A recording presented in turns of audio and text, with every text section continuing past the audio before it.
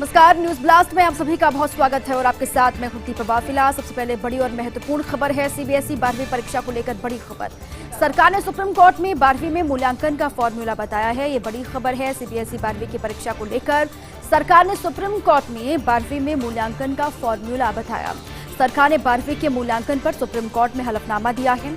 10वीं, 11वीं और 12वीं की प्री बोर्ड रिजल्ट के आधार पर मूल्यांकन होगा। 10वीं, 11वीं के 30% और 12वीं प्री बोर्ड के 40% अंक होंगे। 10वीं के 3 विषयों के अधिकतम औसत अंक जुड़ेंगे।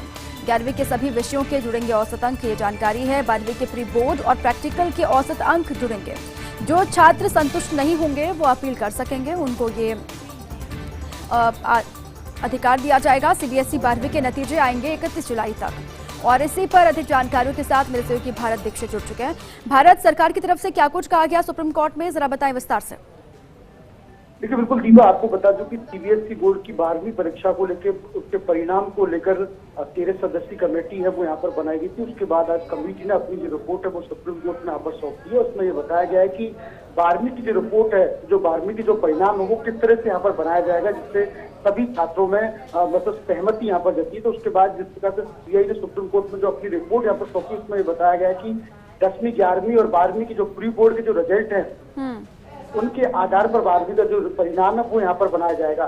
सुप्रीम कोर्ट में जब जो समिति की जो रिपोर्ट है उसमें ये कहा गया है कि 10वीं की जो परीक्षा में जो 5 विषय होते हैं उसमें से सबसे अधिक सर्वाधिक 3 विषय चूज किए जाएंगे, जिसमें सबसे अच्छे मार्क्स हैं वो स्टूडेंट्स के यहाँ पर होंगे। इसी तरह 11वीं की परीक्षा के जो 5 विषयों का एवरेज है वो यहाँ पर लिया जाएगा। इसके साथ साथ 12वीं के जो प्री बोर्ड एग्जाम होते हैं और इसके साथ साथ जो प्रैक्टिकल का नंबर होते हैं उनका यहाँ पर परसेंटेज है वो यहाँ पर लिया जाएगा।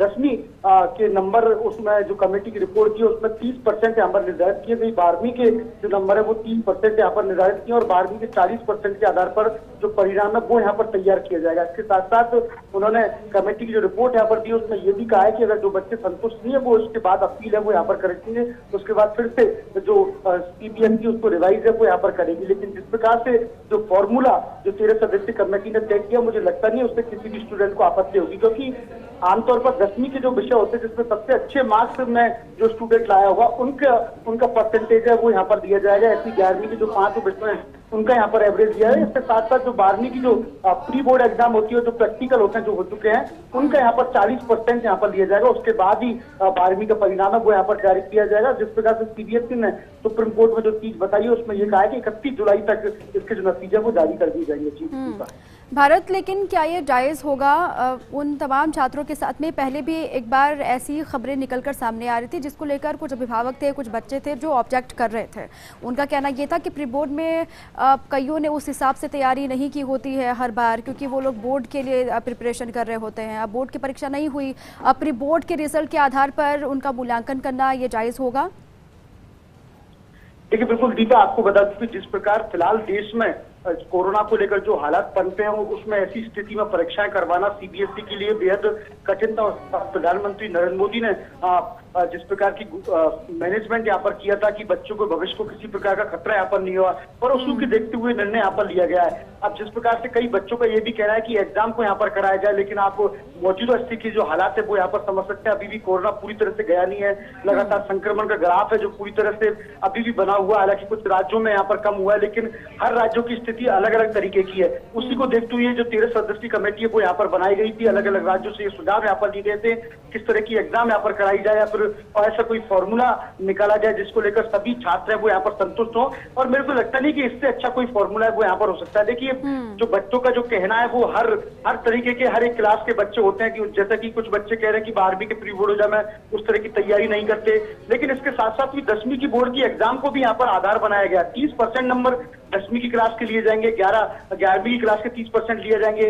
अब कुछ बच्चे ये भी यहाँ पर कहेंगे कि 10वीं में उन्होंने उस प्रकार की तैयारी नहीं की थी। लेकिन देखिए, ये सब चीजें कहना है पूरी तरह से जायज नहीं, क्योंकि देश में जिस प्रकार के हालात है पूरी तरह से आपातकाल की स्थिति यहाँ पर बनी हुई है, क्योंकि कोरोना संक्रमण के चलते कई जाने यहाँ पर जा चुकी है। ऐसे में सरकार और सीबीएसई किसी प्रकार का रिस्क है वो यहाँ पर नहीं लेना चाहिए। जिस प्रकार का 13 सदस्यीय जो कमेटी ने जो फॉर्मूला यहाँ पर सुप्रीम कोर्ट में दिया हुआ है, इसको लेकर सभी संतुष्ट फिलहाल नजर आ रहे हैं। जी दीपा, चलिए, बहुत शुक्रिया भारत आपका तमाम जानकारियों के लिए भी और अपडेट के लिए भी।